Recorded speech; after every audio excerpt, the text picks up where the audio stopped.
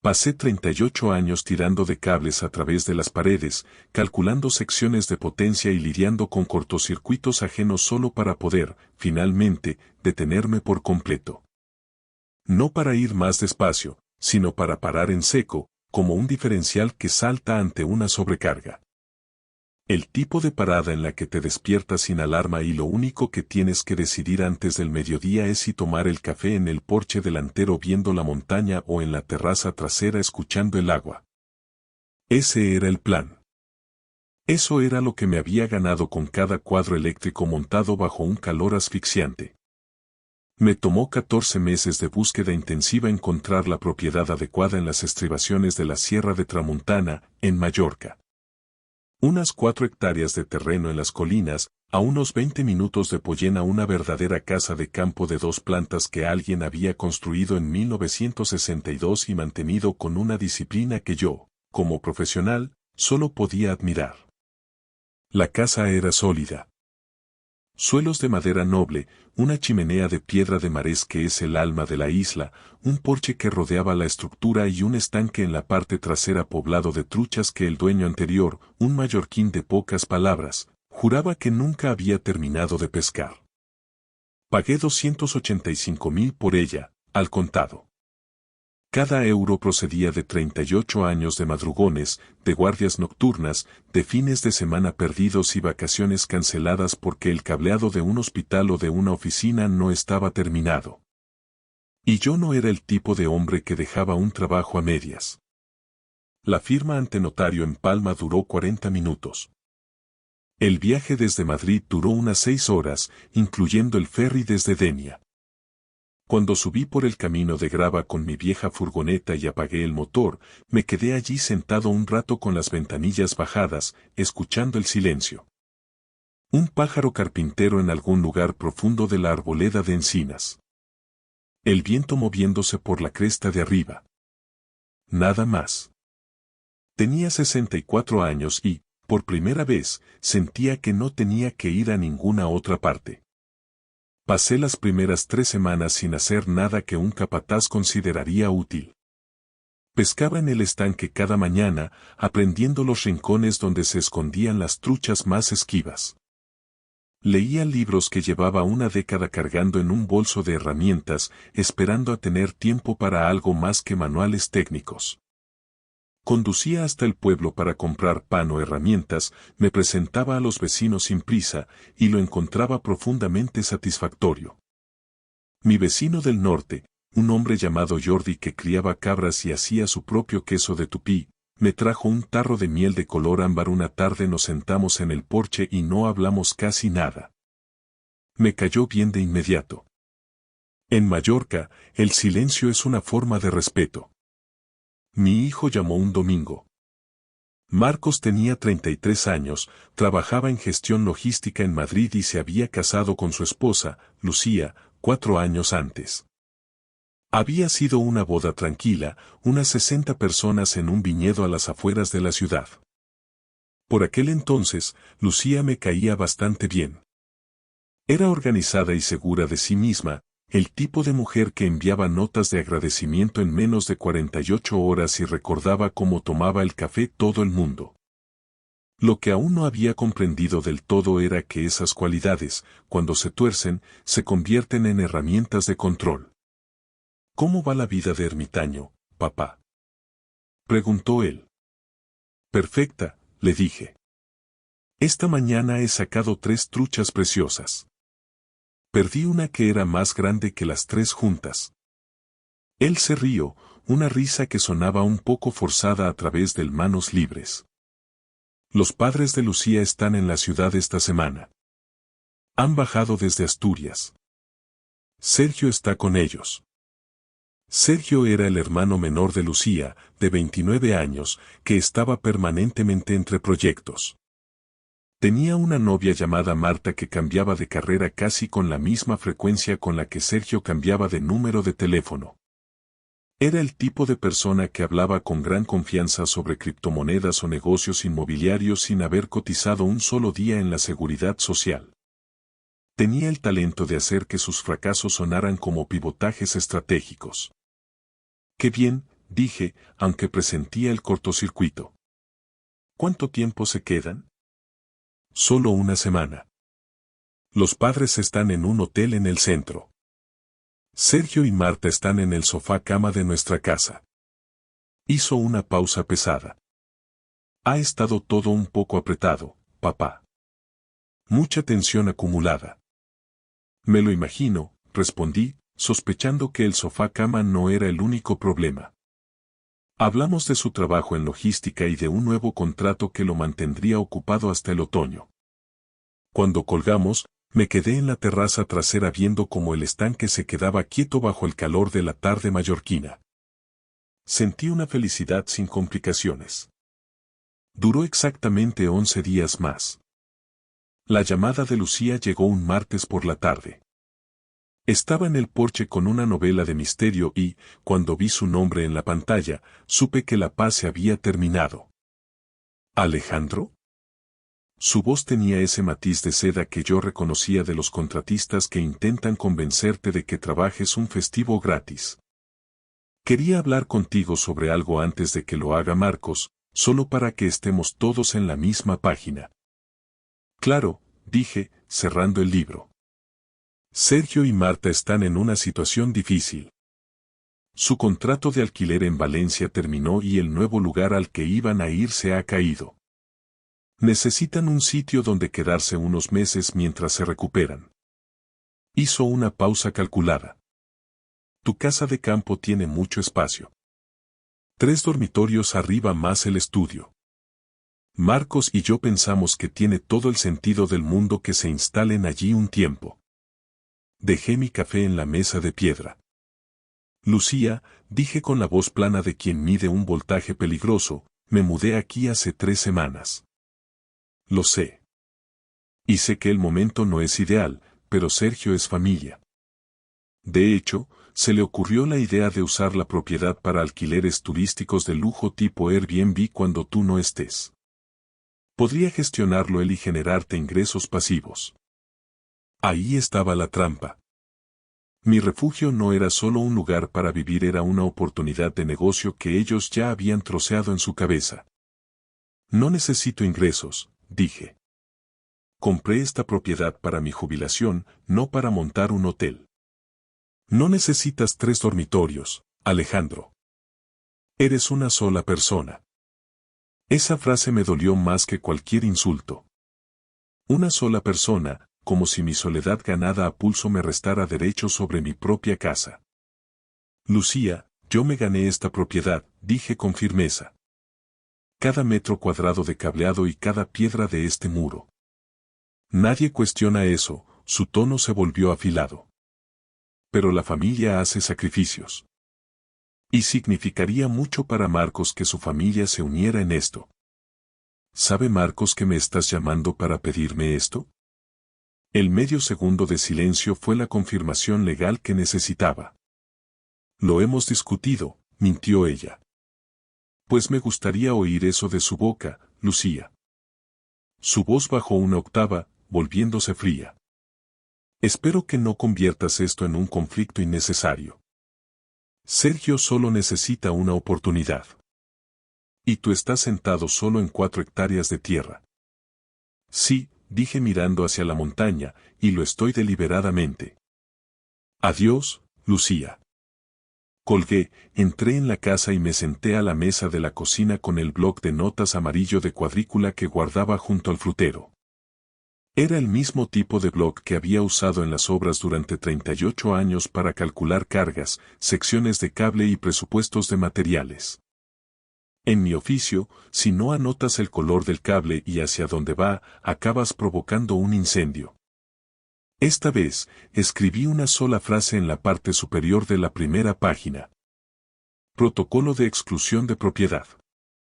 Tracé una línea firme debajo y empecé a desglosar la situación como si fuera un cortocircuito en una comunidad de vecinos. Marcos llamó a la mañana siguiente, muy temprano. Su voz sonaba como cuando tenía 15 años y había roto un cristal jugando al fútbol, esperando que yo aún no me hubiera dado cuenta del estropicio. «Papá, ¿hablaste con Lucía anoche?», preguntó sin rodeos. Sí, respondí mientras comprobaba la presión de la caldera. Fue una conversación corta. Le dije que no, con la misma claridad con la que se corta la corriente en un magnetotérmico. Papá, Sergio está realmente en un mal momento. Sé que no es tu persona favorita, que su estilo de vida te choca, pero es familia. Marcos, dime una cosa de profesional a profesional. ¿Sergio ha mantenido alguna vez un trabajo por más de 18 meses? El silencio al otro lado de la línea fue mi respuesta. No digo esto para ser cruel, hijo. Lo pregunto porque quiero entender el cuadro de mando de esta situación.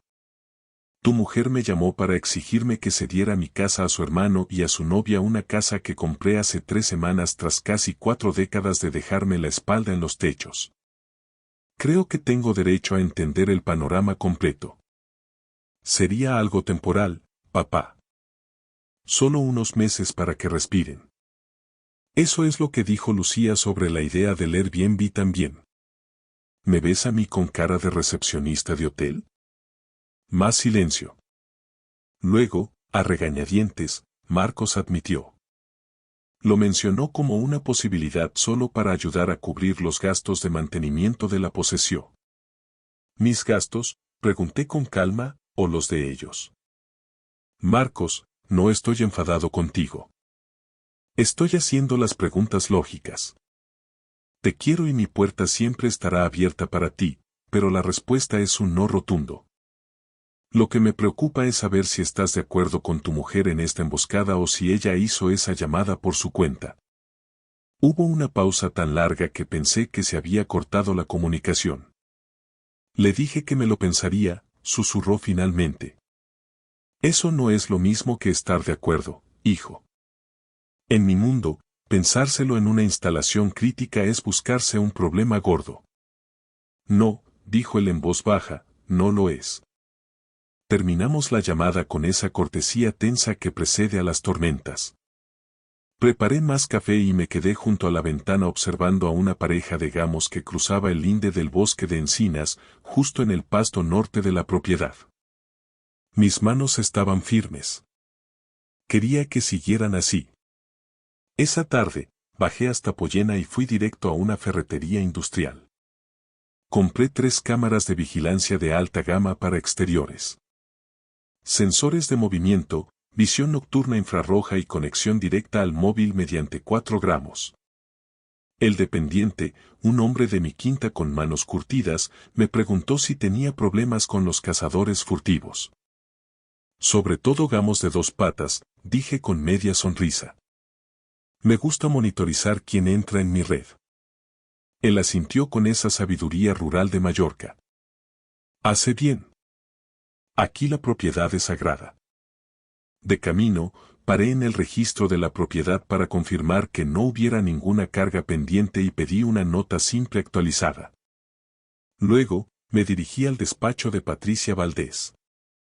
Jordi me la había recomendado como una abogada de las que no pierden el tiempo con florituras. Su oficina olía a papel viejo y a decisiones definitivas. Me escuchó durante 8 minutos sin interrumpir, tomando notas en una tableta digital. En España, y específicamente con la normativa de Baleares, usted tiene el derecho absoluto de exclusión, sentenció Patricia. No necesita justificar por qué no quiere invitados. Si no hay un contrato de alquiler o un permiso explícito, cualquier entrada es un allanamiento de morada. ¿Y si se presentan aquí alegando que son familia? Si entran contra su voluntad, llame inmediatamente a la Guardia Civil. No discuta con ellos, deje que los agentes hagan el atestado. Eso es oro puro en un juzgado. Mi nuera es del tipo que escala los conflictos, añadí. Teme que presente alguna denuncia por coacciones o algo similar. Documéntelo todo, Patricia me miró a los ojos con seriedad. Cada llamada, cada WhatsApp, cada audio de voz. Quiero un rastro de papel que empiece hoy mismo.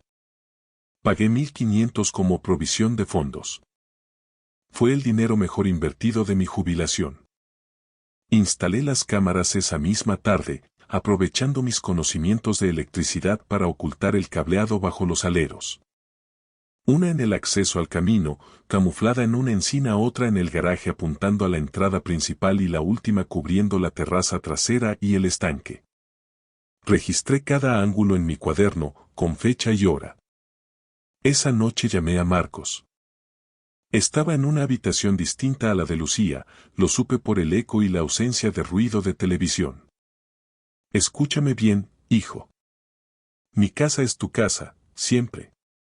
Pero Sergio y Marta no van a poner un pie aquí. Si Lucía sigue presionando, solo conseguirá que la relación se quiebre. Mi negativa es firme.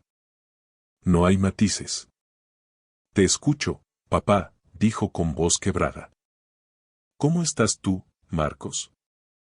Cansado, confesó. Cansado de una manera que no sé explicar. Como si tuviera una fuga de energía que no encuentro. Conozco ese tipo de avería, le dije con ternura. Ven a verme cuando quieras. Tú solo. 4 días después, el teléfono vibró en mi bolsillo. Alerta de movimiento en la entrada. Una furgoneta blanca de alquiler subía por el camino de grava. Vi la imagen en tiempo real. Sergio al volante, aparcando con una arrogancia que me revolvió el estómago. Se bajó y se quedó mirando la fachada con la mirada de quien tasa un botín, no de quien admira un hogar. Marta bajó del lado del pasajero señalando hacia el porche, probablemente planeando dónde poner sus muebles de terraza. Llevaban una furgoneta de mudanza. Habían dado por hecho mi rendición. Los recibí en los escalones del porche, con los brazos cruzados. La sonrisa de Sergio era puro teatro. Alejandro. ¡Qué maravilla de sitio! Lucía nos dijo que ya tendrías las habitaciones listas para nosotros. No queríamos avisar para no dar trabajo, pensamos en instalarnos directamente y darte una sorpresa. Sergio, dije, bajando un escalón, ni un paso más. Él se quedó clavado. Le dije que no a Lucía. Le dije que no a mi hijo. Nadie te dijo que no a ti porque nadie en su sano juicio pensaría que te presentarías aquí con una furgoneta sin haber sido invitado. La sonrisa de Marta se evaporó, revelando una expresión gélida. Mira, Alejandro, ha debido de haber un malentendido de comunicación. Empezó Sergio con tono conciliador. No hay malentendido. Fui cristalino. Lucía decidió ignorar mi negativa, pero mi casa no es un bien público. Hemos conducido desde Valencia, son casi 10 horas de viaje con el ferry, soltó Marta con tono cortante. Siento que hayan perdido el tiempo basándose en mentiras, respondí, pero no van a entrar. Hay un pensión a 12 kilómetros, en el pueblo. Sugiero que vayan allí antes de que anochezca. Sergio se acercó, bajando la voz como si fuéramos compinches. Venga, hombre. Lucía es tu familia. No vas a dejar a tu propia gente en la calle por un orgullo tonto. Tú y yo nos hemos visto 3 veces en la vida, le recordé. Eso no te hace mi gente. Te hace un extraño que intenta invadir mi propiedad. Y mi paciencia tiene un límite de amperios muy bajo hoy. Váyanse. La máscara de Sergio se rompió. Lucía tenía razón. Eres un viejo huraño y difícil. Siempre lo has sido. Puede ser, dije señalando las cámaras que él no había visto, pero soy un viejo huraño en su propia casa. Y tengo a la abogada y a la Guardia Civil a una llamada de distancia. Tienen 5 minutos para dar la vuelta a esa furgoneta. Se fueron echando pestes, discutiendo a gritos entre ellos. Anoté la hora exacta. 14:47. Guardé el clip de video en la nube. Las llamadas de Lucía empezaron antes de 1 hora. 3 llamadas perdidas. 3 mensajes de voz que escuché en altavoz mientras me preparaba la cena. El primero era puro fuego, el segundo, un argumento legalista barato, el tercero, un susurro gélido. Has humillado a mi familia, Alejandro. Marcos y yo vamos a replantearnos seriamente si alguien con tu falta de empatía debe formar parte de nuestra vida futura. Piénsalo bien. Guardé los audios y se los envié a Patricia Valdés. Su respuesta fue inmediata. Impecable. Siga documentando. No responda a nada. Marcos llamó por la noche. Sonaba como si le hubieran dado una paliza física. Lucía está fuera de sí, papá. Dice que Sergio está llorando en un pensión de carretera. Es un hombre de casi 30 años, Marcos. Un hombre que intentó asaltar mi jubilación por la fuerza. Hubo un silencio sepulcral. Papá. ¿Por qué Sergio estaba tan convencido de que le dejarías entrar? Eso es lo que no entiendo. ¿Por qué se pegó ese viaje si tú nos dijiste que no? Esa, dije con tristeza, es la pregunta que va a definir tu matrimonio, hijo. Y es a Lucía a quien debes hacérsela. Durante las siguientes 2 semanas, hice lo que siempre había hecho cuando un esquema eléctrico presentaba fallos intermitentes. Buscar la fuga de corriente. No fui agresivo, fui minucioso. Un antiguo compañero de Madrid, que se había jubilado del cuerpo de policía el año anterior y ahora trabajaba como perito judicial e investigador privado, era experto en seguir el rastro del dinero. Le llamé para un encargo preventivo. Necesito el mapa financiero de Sergio y Marta Hernández, le dije. Y cualquier conexión con las cuentas de mi hijo. Todo legal, pero quiero ver el flujo de potencia. Dame 10 días, Alejandro. En el mundo digital, nadie borra del todo sus huellas. 8 días después recibí el informe. Lo imprimí y lo leí en la mesa de la cocina, donde antes calculaba presupuestos de reforma. Sergio Hernández tenía una sentencia firme en su contra por 18.400 de un juzgado de Valencia, fruto del impago de un alquiler y daños estructurales en un piso. Además, acumulaba 2 demandas civiles por estafa procesal, aunque habían sido archivadas por falta de pruebas concluyentes.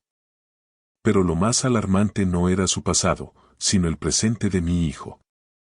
El informe detallaba un goteo constante desde la cuenta conjunta de Marcos y Lucía hacia una cuenta de Bizum vinculada al número de Marta. 7 transferencias en 9 meses. El total ascendía a 41.000. Me quedé mirando la cifra mientras el café se enfriaba. 41.000. Mi hijo ganaba un buen sueldo en logística, pero ese montante no era calderilla, era la entrada de un piso, el ahorro de 5 años de esfuerzo.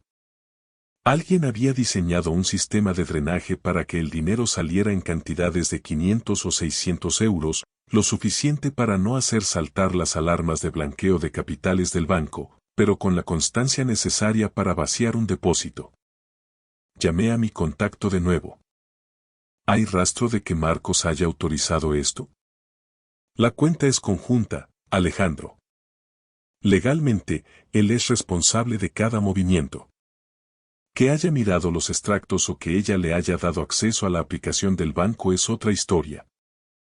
En estos casos, el abuso de confianza es el aislante que falla. Recordé la voz de Marcos.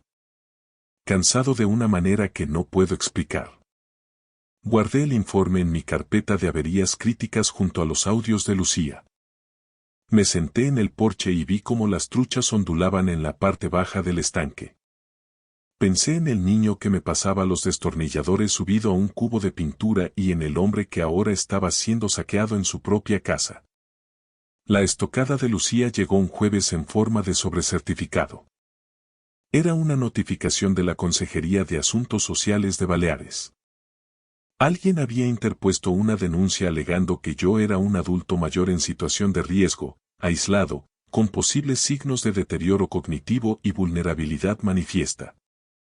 Solicitaban una inspección de bienestar para evaluar mi capacidad de autogobierno. Llamé a Patricia Valdés de inmediato. Esto es una denuncia instrumental o de represalia, me explicó con voz gélida. Es una táctica vieja para incapacitar judicialmente a alguien o, al menos, generarle tal nivel de estrés que acabe cediendo a las presiones familiares. Patricia, puedo recitar el reglamento electrotécnico de baja tensión de memoria, desde las protecciones hasta las puestas a tierra. Mi salud mental tiene más continuidad que su conexión a Internet. Ella soltó una carcajada seca. Perfecto. Deje que el inspector vea esa precisión. Documente quién cree que ha instigado esto. El patrón de acoso es lo que nos dará la victoria en el juzgado si esto escala. El inspector, un joven llamado Mark, pasó 45 minutos en mi casa. Revisó la organización de mis herramientas en el garaje, que estaban ordenadas por calibre y uso, y la limpieza de la cocina. Le ofrecí café y le respondí con la precisión de un voltímetro. ¿Existe algún conflicto familiar reciente?, preguntó Mark mientras anotaba en su tableta. Mi nuera y su hermano intentaron ocupar esta casa hace 2 semanas, le dije con calma. Tengo las grabaciones de seguridad de la furgoneta de mudanza, los audios de sus amenazas tras mi negativa y el informe de mi abogada. Intentan forzar una necesidad de cuidado para tomar el control de mi patrimonio. Mark dejó de escribir y me miró con respeto. El informe inicial se envió desde una IP localizada en un barrio del norte de Madrid, comentó como quien no quiere la cosa. Señor Hernández, es usted una de las personas más lúcidas y organizadas que he visitado en este puesto. Cerraré este expediente antes del viernes. La inspección se archivó, pero la presión cambió de fase. El siguiente movimiento fue a través de Marcos. Llamó un miércoles noche y su voz era un cable pelado, a punto de soltar chispas. Papá, Lucía y yo hemos estado hablando. Ella está muy preocupada por tu aislamiento. Cree que deberías vender la casa de campo y buscar algo más manejable. Ha visto unas comunidades de adultos activos cerca de Palma, con servicios médicos y seguridad 24 horas. ¿Está ella escuchando esta llamada, Marcos? Silencio. ¿Está en el salón? Sí.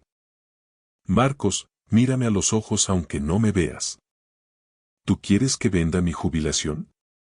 No, susurró él, y pude oír el peso de una cadena rompiéndose. No quiero. Entonces dile a Lucía que mi salud es inmejorable y que mi casa no está en venta. Y ahora, escucha. Necesito que hagas algo por ti mismo. Mañana, cuando estés solo en la oficina, descarga los extractos bancarios de la cuenta conjunta de los últimos 18 meses. Míralos todos, uno por uno. Especialmente los movimientos de Bizum. ¿Por qué, papá? ¿Qué pasa con el dinero? Porque te quiero y porque un cortocircuito se arregla encontrando el cable quemado. Mañana hablamos. No llamó ese día. Ni el siguiente. En la segunda madrugada, a las 7:15, el teléfono bramó. Marcos estaba en un parking, se oía el eco y su respiración agitada. Papá. Su voz estaba rota. Han volado 41.000. He seguido el rastro. Transferencias a Marta, a una sociedad fantasma de Sergio. Lucía ha estado moviendo dinero a mis espaldas desde hace 2 años. Era el fondo para nuestra casa, papá. El ahorro de toda nuestra vida matrimonial. Me levanté y caminé hacia la ventana. El sol de la mañana golpeaba la sierra de Tramuntana, tiñendo las rocas de un naranja eléctrico. Lo sé, hijo. Tengo el informe del perito aquí conmigo. Quería que lo vieras por tus propios ojos para que nadie pudiera decirte que me lo he inventado. Me ha estado mintiendo cada noche, mirándome a la cara. Ven a Mallorca, le dije con autoridad. Coge el primer vuelo o el ferry. Ven solo. Nos sentaremos en este porche, pondremos todos los cables sobre la mesa y decidiremos cómo reconstruir el cuadro eléctrico de tu vida. Pero ven ya. Llegó el viernes por la noche. Tenía la cena lista cuando apareció su coche por el camino de grava. Chuletones de la carnicería de Pollena, maíz del huerto de Jordi y una tarta de almendra, un gató mallorquín, que la mujer de la ferretería me había insistido en llevarme al saber que mi hijo venía de visita. Marcos se sentó a la mesa y comió con la desesperación silenciosa de un hombre que no hubiera probado bocado en días. Sospecho que era exactamente así. Hablamos hasta la madrugada. Extendí los documentos sobre la mesa de madera como si fueran los planos de una instalación compleja y repasé cada punto. Las transferencias por Bizum, la licencia de actividad fantasma, las sentencias por impago en Valencia y las imágenes de la furgoneta en mi entrada. Le puse los audios de Lucía. Marcos no dijo mucho, hacía preguntas precisas, buscando el fallo en el cálculo, hasta que finalmente hundió la cabeza entre las manos. Le dejé estar. El silencio, a veces, es el único aislante que funciona. Ella sabía lo de la posesión porque Sergio le dijo que era el activo perfecto para su chiringuito de Airbnb, dijo finalmente, con voz hueca. Me lo soltó hace meses como un comentario al azar. No entendí que ya había diseñado el esquema de asalto. Trazó un plan de carga, le respondí. Desde su perspectiva, era lógico. Tu piso en Madrid es urbano y pequeño, mi casa en la Tramuntana es el escenario ideal para el alquiler turístico de lujo. Necesitaba que yo cediera para instalar a su hermano como gestor. Cuando puse el diferencial en off, el sistema colapsó y ella forzó la máquina. Dios. Se levantó y caminó hacia la ventana. ¿Cuándo supiste que ella no era el cableado que parecía ser? No lo sabía con certeza, confesé. Tenía fugas de corriente, dudas. Pero no tenía el polímetro en la mano. Y tú la querías. Si te hubiera dicho algo sin pruebas, habrías pensado que era el típico recelo de padre. Ella te habría convencido de que yo era el problema. Me puse a su lado frente a la oscuridad de la montaña. Es mejor así, hijo. Has encontrado la avería tú mismo. La verdad que uno descubre por su cuenta tiene una sección de cable mucho más resistente que la que te cuentan otros. Marco se quedó hasta el domingo. No volvimos a tocar el tema de las finanzas. Pescamos truchas en el estanque por la mañana, devolviéndolas al agua con un respeto que solo los que han perdido algo valoran. Paseamos por la cresta de la sierra, donde el aire es tan limpio que parece que puedes ver el futuro. Al atardecer, nos sentamos en el porche a ver cómo los nubarrones se acumulaban sobre el Puig Tomir. Cuando se fue, me abrazó con una fuerza que no recordaba desde que era un niño. Voy a hablar con un abogado en Madrid mañana mismo, dijo con firmeza.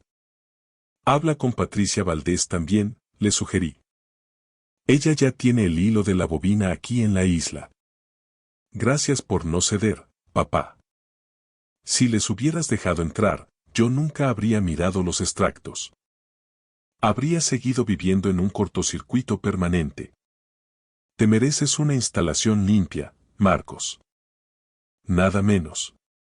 Le vi alejarse hasta que sus luces traseras se perdieron en la curva de la carretera secundaria. Entré, me serví un poco de coñac y salí a la terraza. Las ranas croaban y el aire olía a pino y a tierra mojada. 4 hectáreas de silencio ganado. No había sido la paz que imaginé al jubilarme, pero había sido una lucha necesaria para que el resto de mis días tuvieran luz. La contraofensiva de Lucía fue previsible. Primero, una carta de un bufete de Madrid pretendiendo que el dinero donado a sus padres era parte de una estrategia de planificación financiera familiar y que mi posesión podría estar sujeta a investigación en la liquidación de gananciales. Patricia Valdés respondió con un escrito tan técnico y afilado que les quitó las ganas de litigar por ahí en menos de una semana. Mi propiedad era un bien privativo, comprado con dinero anterior a cualquier conflicto y sin conexión alguna con sus esquemas. Luego vino la llamada de la madre de Lucía. Lloraba, apelando a la familia y a la oportunidad de arreglar las cosas. Con todo el respeto, le dije, yo no estoy destrozando nada. Yo solo puse el candado en mi puerta. Lo que su hija hizo después, la denuncia falsa ante servicios sociales, el desvío de 41.000, son decisiones suyas. Yo tengo los audios y las pruebas. No es una mala persona, Alejandro, balbuceó ella. No lo sé. Pero ha puesto sus intereses por encima de la vida de mi hijo. Y en mi cuadro de mandos, eso es una falta gravísima.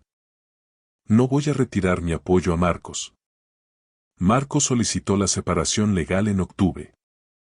Me llamó el mismo día desde el parking del despacho. Lucía se ha ido de casa. Sus padres vinieron con un camión desde Asturias. Sergio no estaba. ¿Dónde está el genio de los negocios? Pregunté. Sigue en el pensión de Pollena. Lucía le ha estado enviando dinero de lo poco que quedaba en la cuenta conjunta. No ha aprendido nada. No, dije yo, hay gente que prefiere quemar toda la instalación antes que admitir que el diseño estaba mal.